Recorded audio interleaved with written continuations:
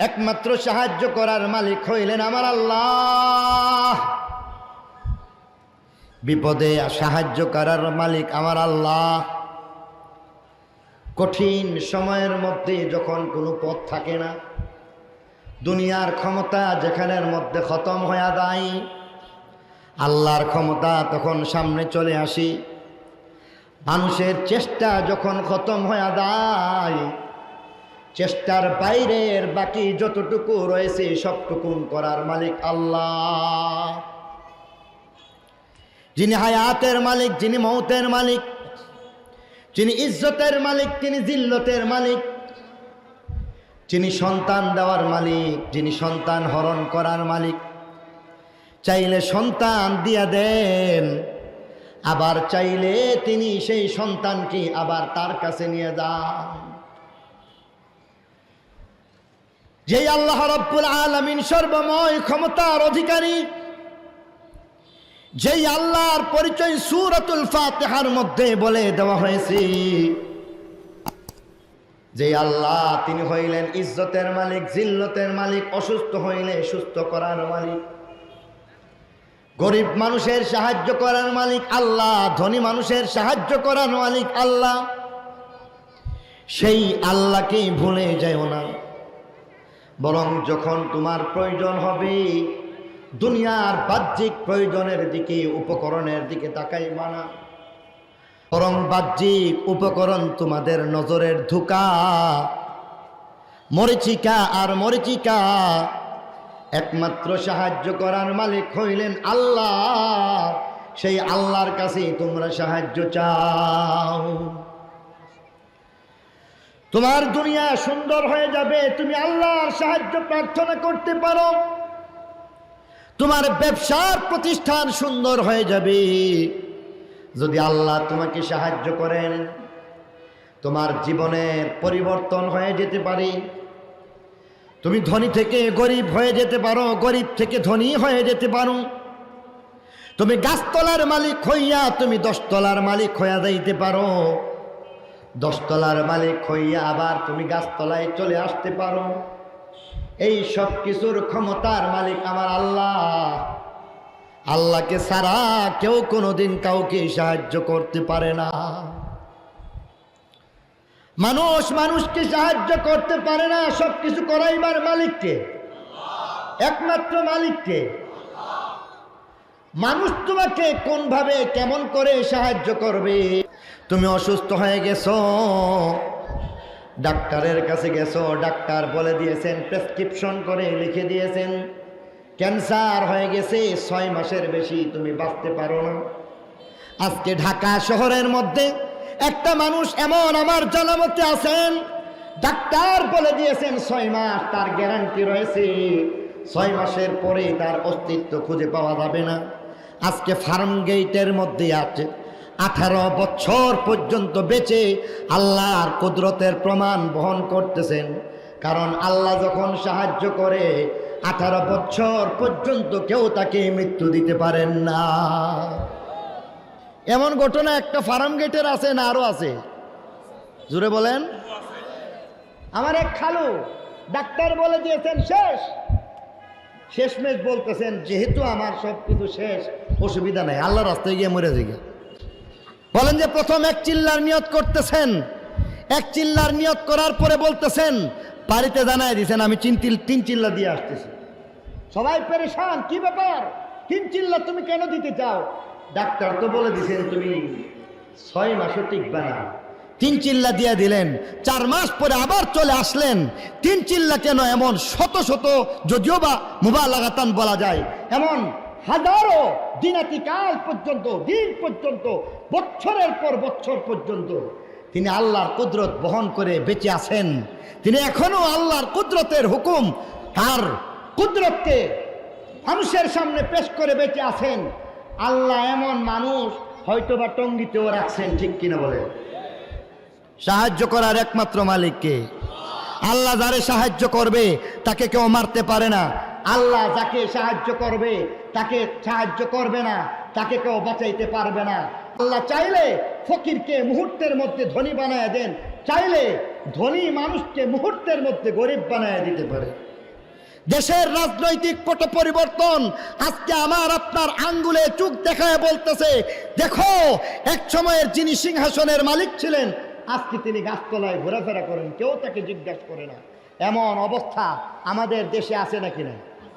অবশ্যই অবশ্যই রয়েছে। বলখের বাদশা বাংলাদেশে দেখতে পাই আমরা, ঠিক কিনা বলেন? বলখের বাদশা যিনি এক সময় বলখের বাদশা হয়েছিলেন, এক পর্যায়ে ফকির হয়ে যান।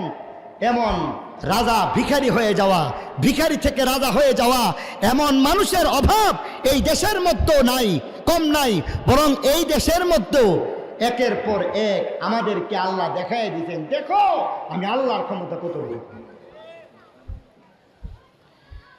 ইয়া আইয়ুহাল্লাযীনা আমানু ইসতাঈনু, ইমানদার ভুল করে অন্য কোথাও চলে যায়ও না। ভুল করে তুমি কখনো আল্লাহর দুয়ার বাদ দিয়া অন্য দুয়ারে যদি যাও, কাজ হবে না, কাজ হবে না। আল্লাহর দুয়ারে যদি যাও তোমার কাজ হয়ে যায়। দুনিয়ার দুয়ারে যাও, তোমার সেই দুয়ারের নিয়ম নীতি পালন করা লাগবে, ফরমালিটি রক্ষা করা লাগবে। কিন্তু আল্লাহর দুয়ারের কোনো ফরমালিটি নাই। তুমি যাও, চিৎকার করে একবার দুইটা চোখের পানি ফেলে ডাক দিয়া বলো আল্লাহ। ডাক দিয়া যদি বলো আল্লাহ, 80 বছর তুমি চুপ থাকতে পারো, আল্লাহ আল্লাহ বলে তুমি যখন কিছুই বলো না, 80 বছর পরে যদি একটা বার আল্লাহকে ডাক দিতে পারো, আল্লাহ সঙ্গে সঙ্গে তোমার সেই ডাকে সাড়া দেওয়ার জন্য প্রস্তুত হয়ে যান। দুনিয়ার দুয়ারে গেলে কিছু কিছু নিয়ে যাও, শ্বশুর বাড়িতে সম্মান চাও, সেখানে কিছু খরচ করে যাও। যেখানেই তুমি কিছু না কিছু পাইতে আশা করো, কিছু না কিছু দেওয়া লাগবে। যার কারণে কবি বলেন দুনিয়ার দুয়ার তো এমন, কুছ লেকে आओगे तो कुछ लेके जाओगे, खाली हाथ आओगे तो खाली हाथ जाओगे। কিছু নিয়ে আসো, কিছু পাইতে চাইলে তুমি ফরমালিটি তুমি কমপক্ষে মেনটেন করতে হইবে।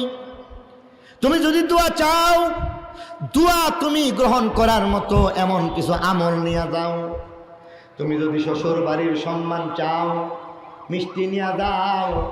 রাজনৈতিক নেতা হইয়া তুমি যদি নেতৃত্ব আসনে বসতে চাও, তাহলে তোমার অধীনস্থ তাদের পিছনে কিছু না কিছু খরচ করো। কিন্তু আল্লাহর দুয়ারে বলেন এমনটা না। আমি আল্লাহর দুয়ারে বড় অক্ষরে ডেকে ডেকে আমি বলতেছি, উদউনি আস্তাজিব লাকুম, আমাকে ডাকো, আমি তোমাদের ডাকে সাড়া দেওয়ার জন্য প্রস্তুত আছি।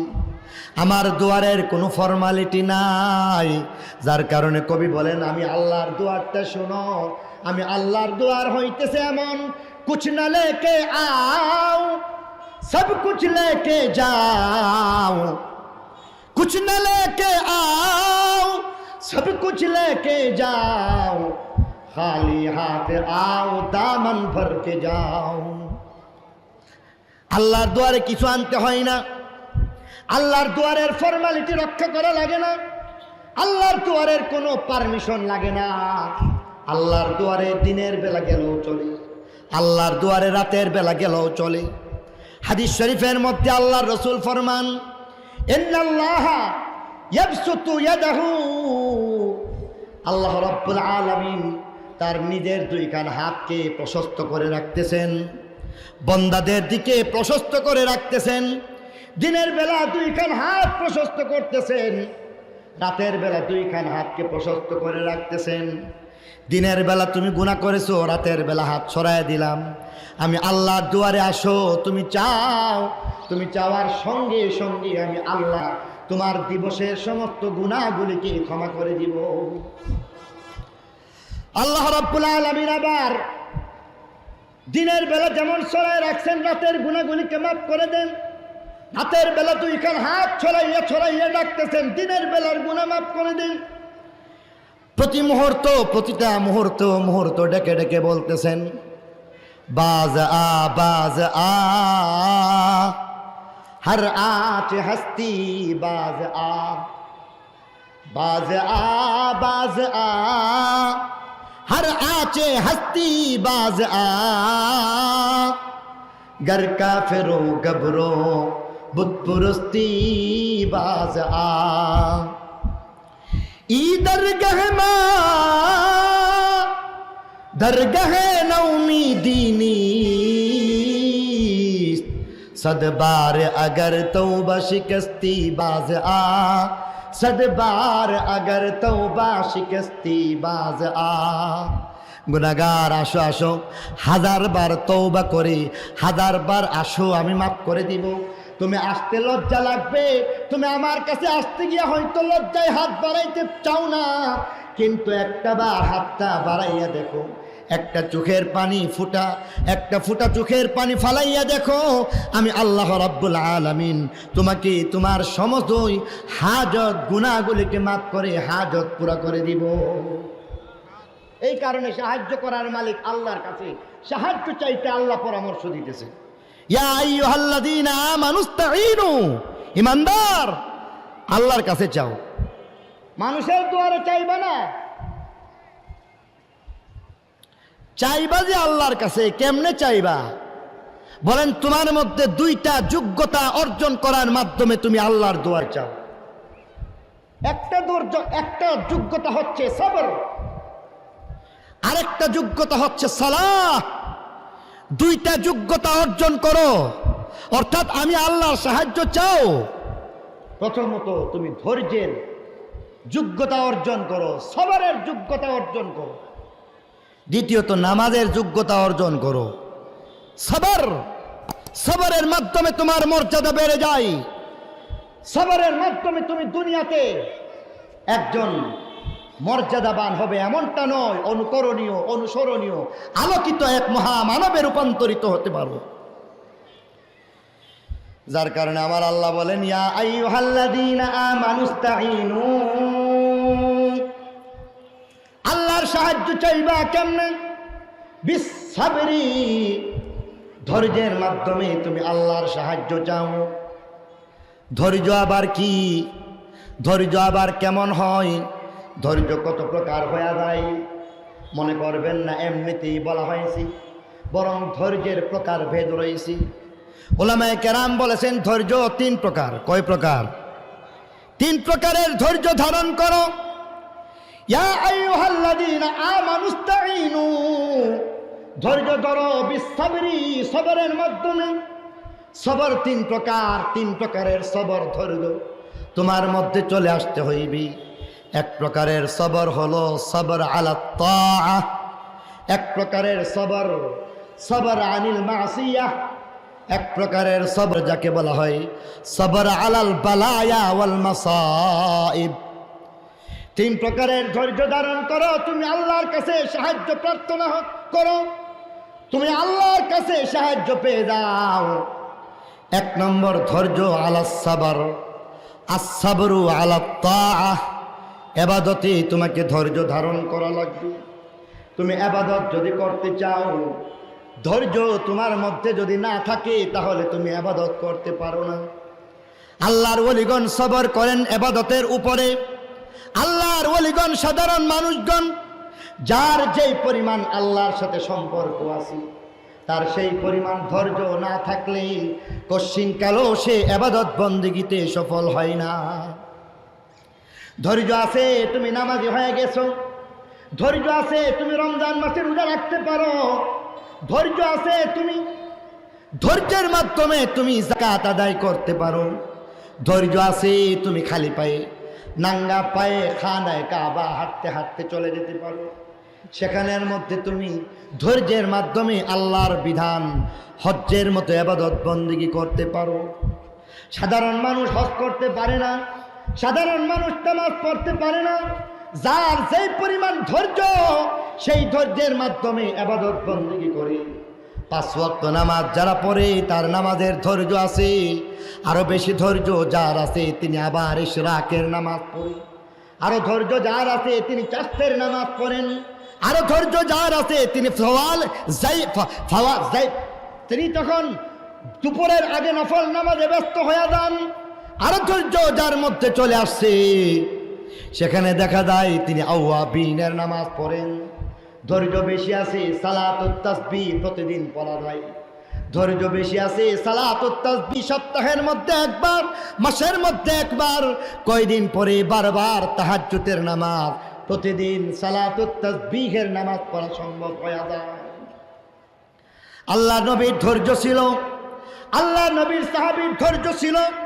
আল্লাহ নবীর ধৈর্য এমন, নামাজের মধ্যে দাঁড়ায় গেছেন, এমনভাবে দাঁড়ায় গেছেন, একটা পায়ের মধ্যে এক পায়ে খাড়া হইয়া দাঁড়ায় গেলেন, অনেকক্ষণ পরে আরেকটা পায়ের মধ্যে খাড়া হইয়া দাঁড়ায় গেলেন। এমন করে করে সারা রাত নামাজের মধ্যে কাটায় দিলেন। আল্লাহ নবীর কথা হাদিস শরীফের মধ্যে আল্লাহ রসুলের অবস্থাটা বর্ণনা করা হয়। সারাটা রাত্র দাঁড়াইয়া থাকতে থাকতে এক সময় পা গুলি কেমন যেন ফুলে যেত, পায়ের মধ্যে পানি চলে আসতো। আল্লাহ নবীর সাহাবী নামাজের ধৈর্য তাদের মধ্যে ছিল। দুই সাহাবী আল্লাহ রসুল ডাকলেন, যাও জিহাদের ময়দানে তোমাদের দুইজনকে রাত্রিকালীন পাহারাদার নির্ধারণ করলাম। একজন বলতেছেন আরেকজনকে, ভাই শুনো, রাতের বেলা পাহারাদারি করা লাগবে, সময়টা তো পার হইয়া যাইবে। দুইজন যদি একসাথে জাগলা থাকি, দেখা যাইবে শেষ রাত্রিতে ঘুমায়া যাইতে পারি, পাহারাদারির সমস্যা হইয়া যাইবে। তার চাইতে ভালো অর্ধেক রাত আমি পাহারাদার, তুমি ঘুমায় থাকো, অর্ধেক রাত আমি পাহারাদার, আমি ঘুমায় থাকবো, তুমি পাহারাদার হইয়া যাইবা। অর্ধেক রাতে আমি জাগনা, অর্ধেক রাতে তুমি জাগনা, অর্ধেক রাতে আমি ঘুমাইব, অর্ধেক রাতে তুমি ঘুমাইবা। দুইজনের মধ্যে বন্টন হইয়া যায়। একজন ঘুমায় গেলেন, আরেকজন পাহারাদারির মধ্যে দাঁড়ায় গেলেন। আল্লাহ নবীর সাহাবী মনে মনে ভাবতেছেন, পাহারাদারি করা তো মানে হইল দাঁড়ায় থাকা, কোনো কাজ নাই, তার চাইতে ভালো আমি নামাজের মধ্যে দাঁড়ায় যাই। এবার নামাজে দাঁড়ায় গেলেন, আল্লাহু আকবার, নামাজের মধ্যে দাঁড়ায় গেলেন, আল্লাহু আকবার। নামাজে এবার সূরাতে ফাতিহা পড়তে শুরু করলেন, সূরাতুল কাহফের তেলাওয়াত শুরু করে দিলেন। এবার সূরাতুল কাহফের তেলাওয়াত চলতেছে, নামাজ চলতেছে, পার্শ্বে শায়িত ব্যক্তি ঘুমাচ্ছেন। আল্লাহর নবীর সাহাবী এবার যখন তিনি নামাজে দাঁড়ায় থাকেন, দূর থেকে দুশমন লক্ষ্য করে একটা তীর, বিষাক্ত তীর নিক্ষেপ করলেন, তার শরীরে গিয়া লাগলো। পিঠের মধ্যে এবার তীর ক্রিয়া বিদ্ধ হয়ে যায়, ফিনকি দিয়া রক্ত বের হয়ে যায়। আল্লাহ নবীর সাহাবী সামান্যতম নড়লেন না। আল্লাহ নবীর সাহাবী যেমন ছিলেন তেমনই দাঁড়ায় আছেন। তীরন্দাজ ভাবতেছেন, জীবনে যত জায়গায় তীরন্দাজি করলাম, কোথাও আমার তীর বিফল হয় নাই, মিস হয় নাই। আজকে লোকটা নড়ল না। আসলে লোকটা মানুষ না, মনে হয় হয়তো বা একটা গাছ। গাছ না হইলে এমন করে নড়াচড়া না করে থাকতে পারে না। পরীক্ষা করার জন্য আরেকটা তীর নিক্ষেপ করলেন, আরেকটা তীর তার পিঠের মধ্যে বিদ্ধ হয়ে যায়, আরো একটা বিদ্ধ হয়ে যায়, আরো একটা তীর পিঠের মধ্যে বিদ্ধ হয়ে যায়। ফিনকি দিয়া রক্ত পড়তে শুরু করলো। রক্ত গড়াইয়া গড়াইয়া গরম গরম রক্ত ঘুমন্ত সাহাবী তার শরীরের মধ্যে গিয়া লাগলে পরে রক্তের কারণে তার শরীরে ভিজা ভিজা স্বেচ্ছেতে অনুভব করি লাভ দিয়া দাঁড়ায় দেখেন আল্লাহ নবীর সাহাবী এমন সবরের মাধ্যমে নামাজ পড়ে তার শরীরের মধ্যে তীরগুলি বিদ্ধ রয়েছে, ফিনকি দিয়া রক্ত পড়তেছে, তথাপি তিনি নামাজের সালাম ফিরাইলেন না। নামাজ খতম হয়ে যায়, আর এক পর্যায়ে জিজ্ঞাসা করতেছেন, ভাই আজকে তুমি এমন করে নামাজ আদায় করছো, তোমার জন্য তো আল্লাহর নবীর পক্ষ থেকে হুকুম আছে, জায়েজ আছে, নামাজ এমন বিপদের সম্মুখীন হইয়া সাময়িকভাবে ছেড়ে দেওয়া যায়? উত্তরে বলতেছেন, ভাই সূরা ফাতিহা তেলাওয়াত করলাম, আল্লাহর সাথে ভাব নিয়া মোহাব্বতের সাথে সূরাতুল কাহফের তেলাওয়াত দিয়া আমি 2 রাকাত নামাজে যখন দাঁড়াইলাম এত মজা লাগতেছিল, মন চাইতেছিল না দুনিয়ার সামান্য তীরের আঘাতের কারণে আল্লাহর সাথে দাঁড়াইয়া যে নামাজে কথোপকথন হয় সেই নামাজটাকে ভঙ্গ করতে রাজি না। সবর আলাল্লাহ, এবাদতে তোমার ধৈর্য লাগে, হযরতে আলী সেই ধৈর্য লাগবে। তীর নিক্ষিপ্ত হয়ে গেছে, তীরটাকে কেউ বের করতে পারে না, নামাজে দাঁড়াইলে পরে টান দিয়া খুলে ফেলে। তীরের কোনো অসুবিধা হয়, তীর খুলতে কোনো অসুবিধা হয় না। আল্লাহর নবী আমাদেরকে শিক্ষা দিয়ে গেছেন, সবর করো, সবর আলা তাআহ।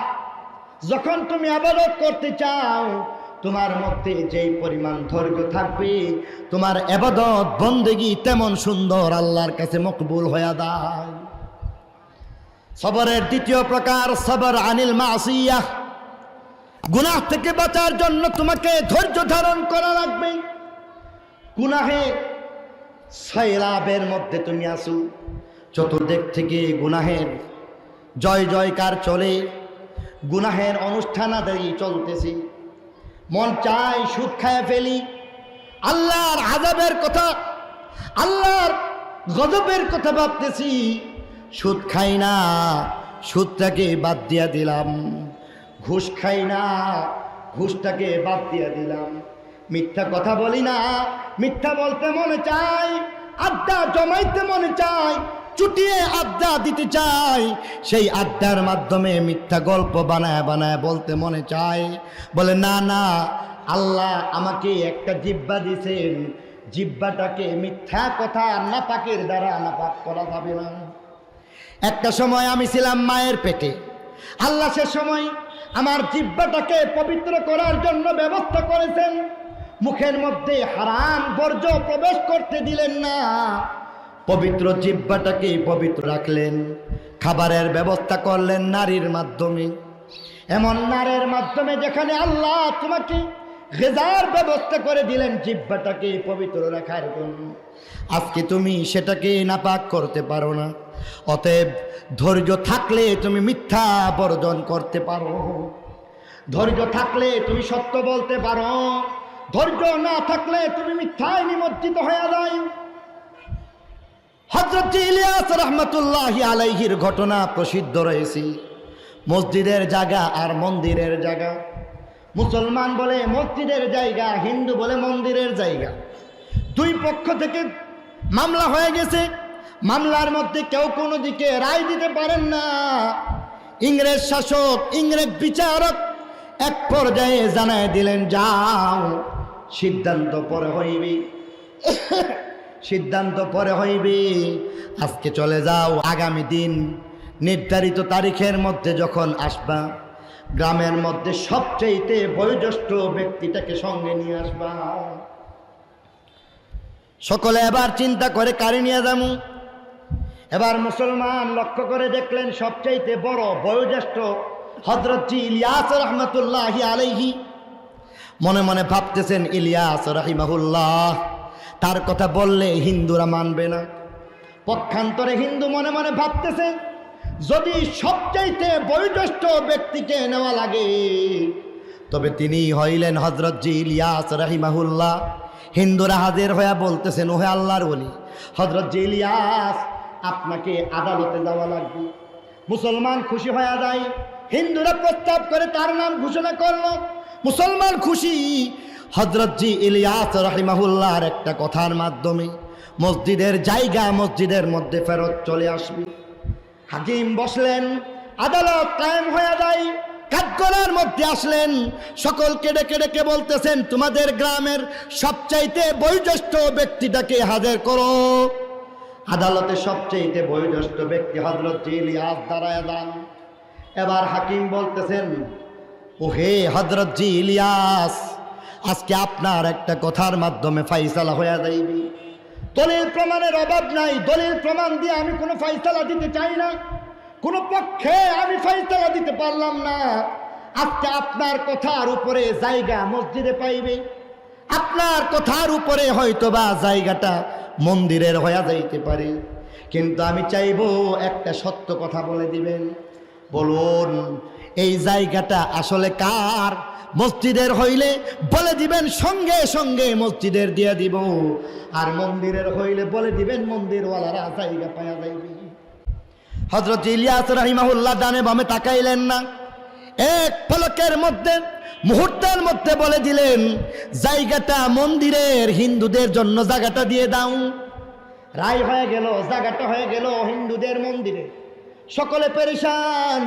হযরত ইলিয়াস রাহিমাহুল্লাহ তিনি কেমন একটা কাজ করলেন, মুসলমানের মসজিদের বিরুদ্ধে কেমনে কথাবার্তা বললেন।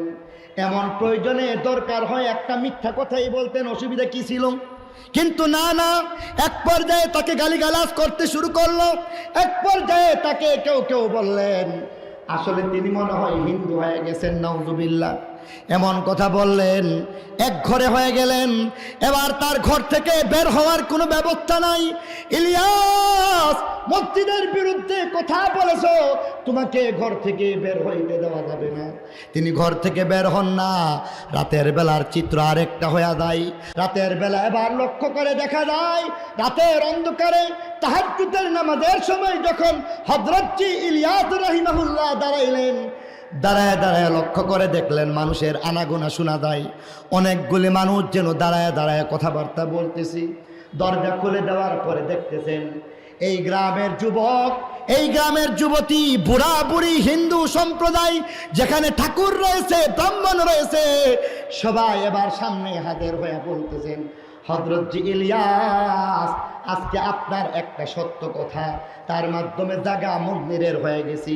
আজকে বুঝতে পারলাম যেই ধর্ম মানুষকে এমন আদর্শ শিক্ষা দেয়, সত্য শিক্ষা দেয়, মিথ্যা বলার জন্য কখনো লালায়িত হয় না, বরং মিথ্যা থেকে বাঁচার জন্য ধৈর্য ধারণ করে নিজের জায়গাকে হাতছাড়া করতে পারে, এমন ধর্ম সত্য হবে। তাই আমাদের সকলকে আজকের এই তাহাজ্জুদের পবিত্র ঘন সময়ের মধ্যে কালিমা পড়াইয়া মুসলমান বানায় দিবেন। গ্রামের সমস্ত হিন্দু মানুষগুলি একযুগে মুসলমান হয়ে যায়।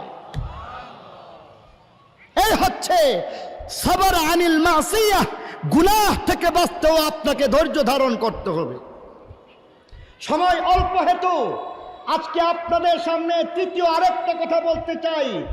সবর আলাল বাসায়েব, মুসিবতের মধ্যে, বালা এবং মুসিবতের মধ্যে ধৈর্য ধারণ করতে হবে। দুনিয়ার মুসিবতের মধ্যেও ধৈর্য ধারণ করা লাগবে। কবর হাসর আখিরাতের ধৈর্য, কবর হাসর আখিরাতের মধ্যে সবকিছুর দিক থেকে যখন বিপদের সম্মুখীন হয়ে যাইবেন, ধৈর্য ধারণ করা লাগবে। দুনিয়ার মধ্যে ধৈর্য ধারণ করলে আখিরাতের প্রতিদান পাওয়া যায়। আস-সাবর লাইসা লাহুল জাযা ইল্লাল জান্নাহ। আল্লাহ নবী জানান, তুমি ধৈর্য ধারণ করে দেখো, ধৈর্যের প্রতিদান একমাত্র জান্নাতের দ্বারা দেওয়া। সবর আলাল বালায়া ওয়াল মাসাইব। আল আম্বিয়া আশাদ্দু বালাআন আল আম্বিয়া। বালা মুসিবতের মধ্যে সবচাইতে বেশি মুসিবত নবীগণের ছিল, রসুলগণের ছিল। সুম্মাল আমসাল ফাল আমসাল। যার সম্পর্ক আল্লাহর সাথে যেই পরিমাণ হয়, তার বালা এবং মুসিবত সেই পরিমাণ। বালা মুসিবতের মাধ্যমে আল্লাহর আদালতে, আল্লাহর কাছে এমনভাবে দামি হয়ে যায়। আসাদ্দু বালাআন আল আম্বিয়া। নবীগণ ধৈর্য ধারণ করেছেন বিপদে। হযরত আইয়ুব আলাইহিস সালাম ধৈর্যের শিক্ষা দিয়ে যান। সারা শরীর পচে গেছে, কান্নাকাটি করেন না। জিহ্বার মধ্যে কিরা হাঁটতেছে, কামড়ে বসতেছে, চিৎকার করে আজকে তিনি কান্না শুরু করে দিলেন।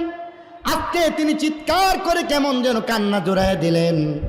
নির্বাসিত অবস্থায় তার বিবি ডেকে ডেকে বলতেছেন, ওহে আইয়ুব, এতদিন কাঁদলা না, আজকে তুমি কান্না কেন করতেছো? উত্তর দিয়া বলেন, অসুবিধা নাই, আমার মালিক আমার বিপদের ধৈর্যের পরীক্ষা নিচ্ছেন, আমি পরীক্ষা দিতে চাই। তবে কান্না আজকে এই কারণে হচ্ছে, এতদিন শরীরের ব্যথাকে বরদাস্ত করেছি, অসুবিধা নাই, নীরবে নিবৃত্তি আমি সহ্য করে গেলাম। কিন্তু আজকে যখন দেখলাম জিহ্বার মধ্যে কামড়ে বসছে কিরা, কিরা যখন এমন করে কামড়াইতে শুরু করলো, কান্না এই কারণে আসছে, না জানি আমি আল্লাহ আল্লাহ বলে জিকির করা বন্ধ করে দিই। আল্লাহ আল্লাহ ক্যা মুবারক নাম হে, अल्लाह अल्लाह वलियों का काम है, अल्लाह अल्लाह क्या मुबारक नाम है, अल्लाह अल्लाह नबियों का काम है। আইয়ুব আলাইহিস সালাম ধৈর্যের পরীক্ষা দিলেন, ধৈর্যের পরীক্ষা দিলেন আল্লাহর নবী। মক্কা শরীফ ছেড়ে আবার দাওয়াত নিয়ে চলে যান তায়েফের ময়দানের মধ্যে। তায়েফের ময়দানে এবার চলে যান। পিছনে উতবা, আল্লাহ নবীর জানের দুশ্মন, আল্লাহ নবীর জানের দুশ্মন, সেখানে চলে যান। ভাবতেছেন তুমি সেখানের মধ্যে গেল অসুবিধা নাই, উতবার একটা বাগান আছে তায়েফের প্রান্তরে, সেই তায়েফের প্রান্তরে বাগানের মালিক হইয়া আমার নির্ধারিত লোক রয়েছে, নিজস্ব লোক রয়েছে, গুন্ডা বাহিনী লালাইয়া দিব, সেখানেও তোমাকে শান্তিতে থাকতে দিব না।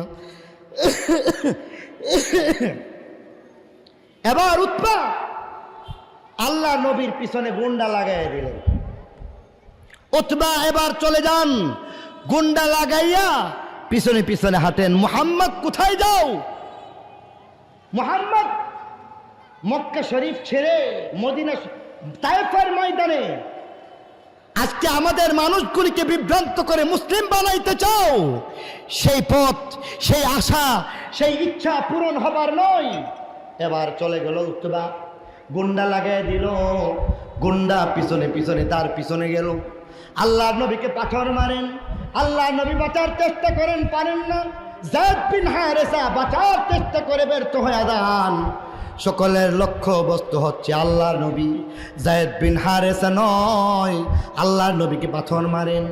আল্লাহর নবীর প্রতি বৃষ্টির মতো যখন পাথর মারতে শুরু করলেন, আল্লাহর নবী দৌড়ান, গুন্ডা বদমাশ তায়েফের লোক দৌড়াইয়া দৌড়াইয়া আল্লাহর নবীকে পাথরে পাথরে জর্জরিত করলেন।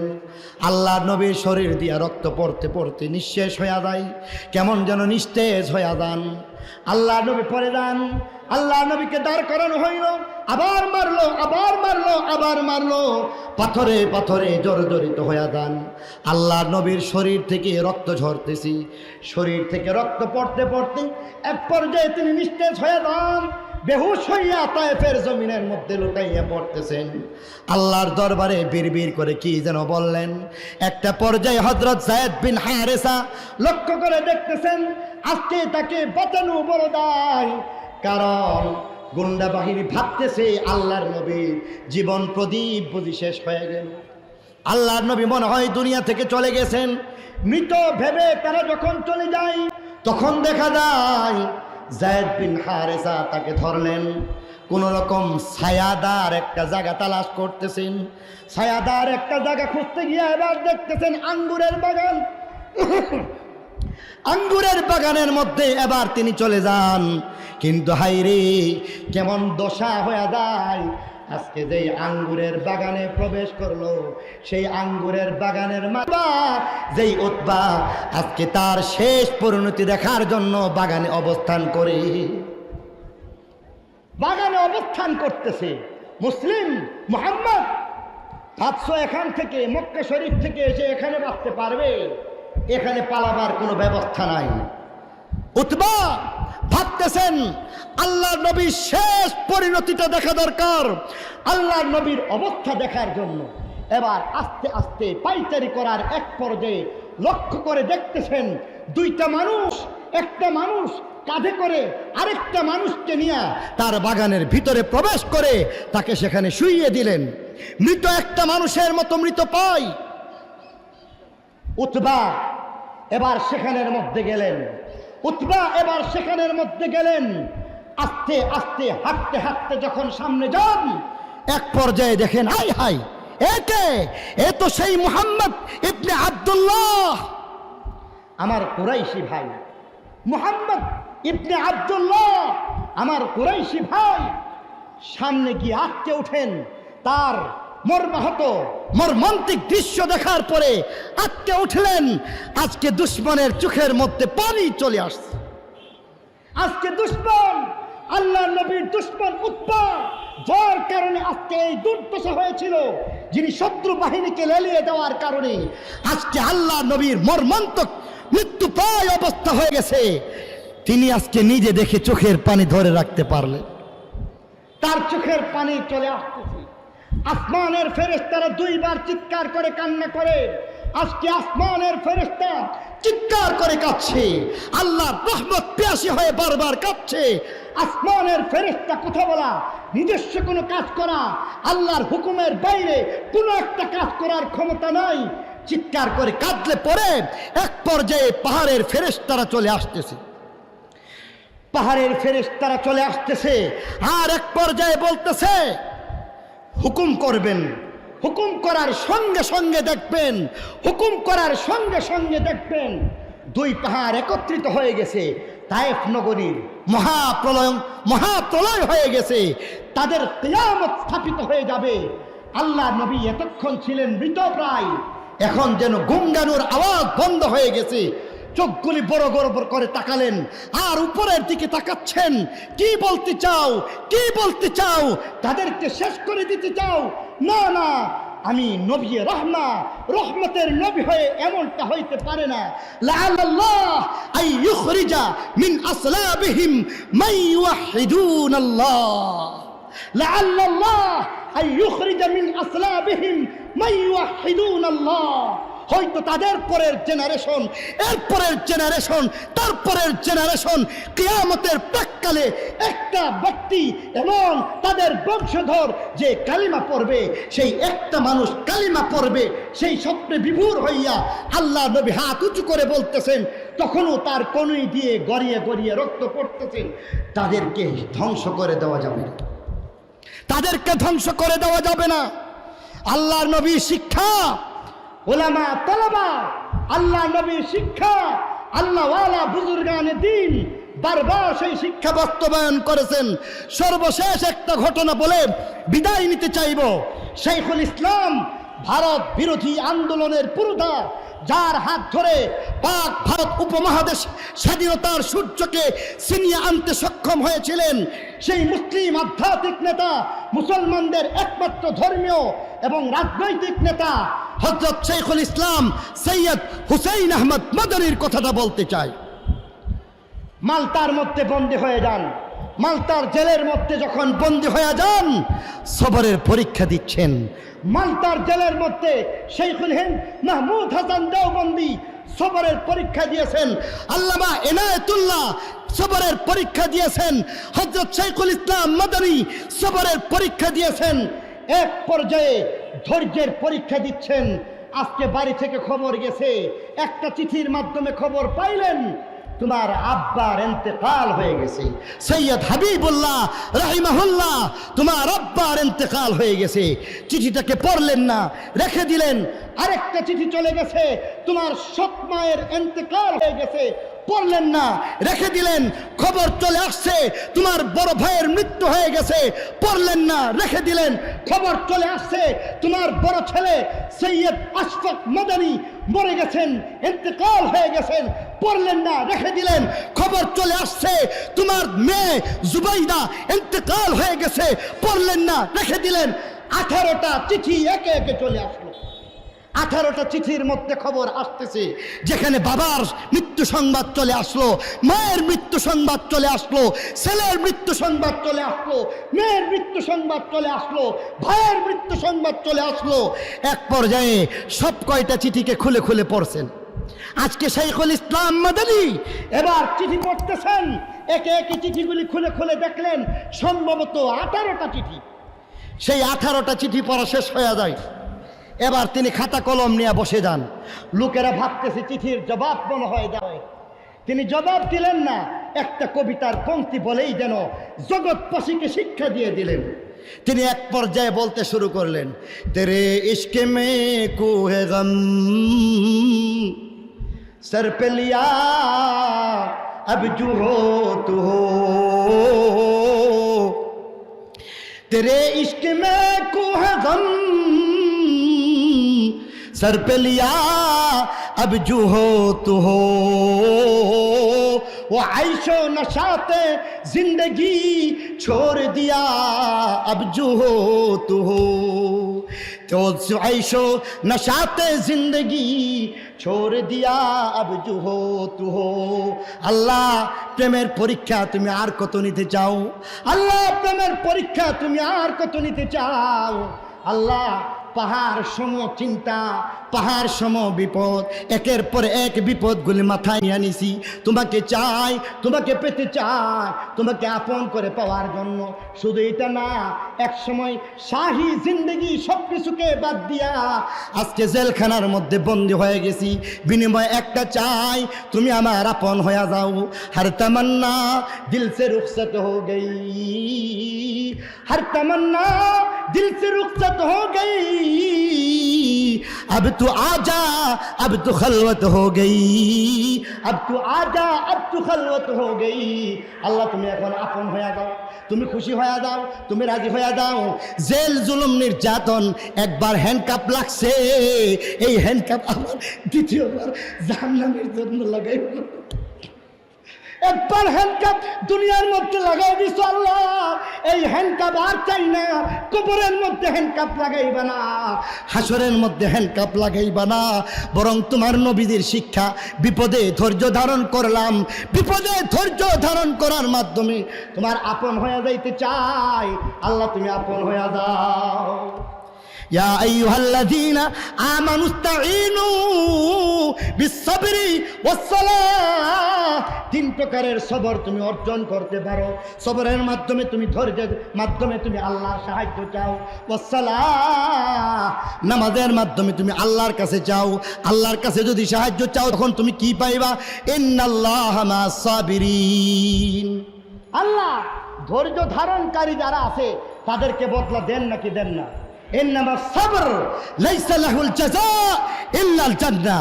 আপনার পারিবারিক জীবনে বিপদ চলে আসবে, ধৈর্য ধারণ করতে হবে। ব্যবসা মন্দা হয়ে গেছে, ধৈর্য ধারণ করতে হবে। আপনার স্বাভাবিক অবস্থা অন্যরকম হয়ে গেছে, ধৈর্য ধারণ করতে হবে। আপনার আপন মানুষগুলি দুশ্মন হয়ে গেছে, ধৈর্য ধারণ করতে হবে। আপনি মামলার মধ্যে পড়ে গেছেন, ধৈর্য ধারণ করতে হবে। মামলা মুকদ্দমা হুলিয়া এই সব কিছুকে ধৈর্যের সাথে মোকাবেলা করতে হবে। পারবেন তো ইনশাআল্লাহ?